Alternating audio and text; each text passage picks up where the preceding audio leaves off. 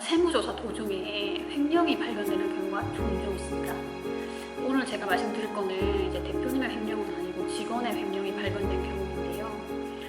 대표님들께서 하시는 말씀이 보통 이제 직원의 횡령을 내가 내 손으로 발견했으면 내가 어떻게든 처리를 할 텐데 세무조사 받다가 이제 남의 손으로 발견이 되니까 너무 쪽팔리고 나도 어떻게 될지 모르겠다 이런 말씀 많이 하세요. 근데 일단 그런 개인적인 감정을 모두 접어두고 냉정하게 이성적으로 판단을 해보면 세무조사 도중에 직원의 횡령이 발견되었을 경우에는 첫 번째로 무조건 해야 하시는 점이 횡령을 한 직원과 내 회사의 책임을 분명하게 하는 것입니다.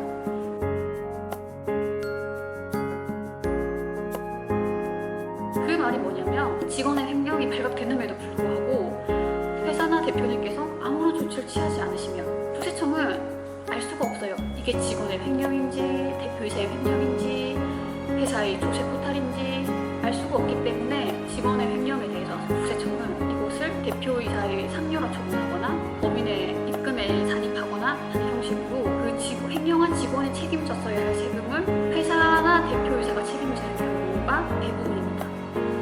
그래서 세무조사 도중에 직원의 횡령이 발견됐을 경우에는 그 직원과 회사를 반드시 법적으로 그 책임의 경계를 명확하게 해서 책임을 명확하게 구분하는 것이 우선인데,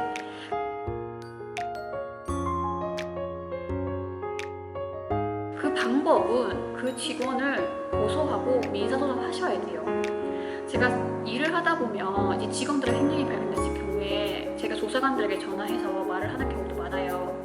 이게 법인이 매출 부탁을 한 거거나 아니면 뭐 조세 포탈의 의도가 있어서 이런 게 아니고 이건 정말 순수하게 회사도 몰랐던 직원의 횡령이다 라고 이제 국세청 담당 조사관님들에게 이렇게 말씀을 드려도 그러면 조사관님들은 저한테 되려 물으시거든요. 아니 고소도 안 하고 민사소송도 안 하고 횡령을 한 직원에 대해서 책임을 묻는 행동을 아무것도 안 하시고 말만 횡령이라고 하면 저더러 어떡하라는 거예요 하는 경우가 많아요. 그래서 이 세무조사 도중에 직원의 횡령이 발견됐을 경우에는 내가 뭐 이 돈을 직원으로부터 다시 돌려받겠다 아니면 이 직원에 대한 나쁜 감정으로 내가 이 직원의 형사처벌을 받게 해서 반드시 교도소를 보내겠다 이런 목적에서 고소나 고발을 하시는 게 아니고 이 회사가 횡령을 한 직원과 이 범행에 대해서 공범이 되는 것을 막기 위해서 이 직원을 고소하고 민사소송을 하셔야 돼요. 고소는 법적으로는 이 직원의 횡령과 회사는 아무런 관련이 없다는 선언, 이 법적인 책임을 분명히 하는 하나의 행동이고요. 민사소송은 횡령으로 발생한 회사의 손실을 나중에 세무적으로 처리하기 위한 기초작업입니다.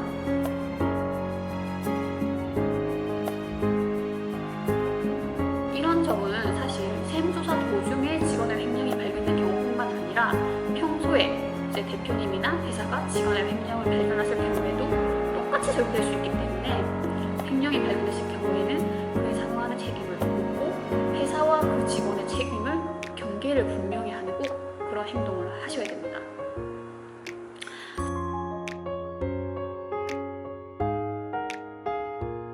제가 해본 사건 중에는 그 대표님께서 세무조사 도중에 직원의 횡령이 세무서에 의해서 발견이 됐는데 이제 그걸 유야무야 그냥 넘어가시면서 그 직원의 횡령 금액까지 대표이사의 상여로 처분이 되고 회사에 부가세가 나온 케이스가 있었어요.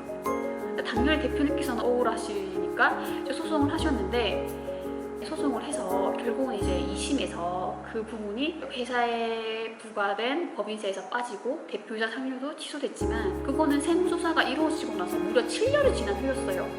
그러니까 소송이 끝나기까지 7년이나 시간이 걸린 건데 너무나 많은 비용과 너무나 많은 시간이 발생했기 때문에 이성적으로 판단하셔서 그 직원과 법인의 책임의 경계를 명확히 하시는 게 중요하다는 점을 반드시 말씀드리고 싶습니다.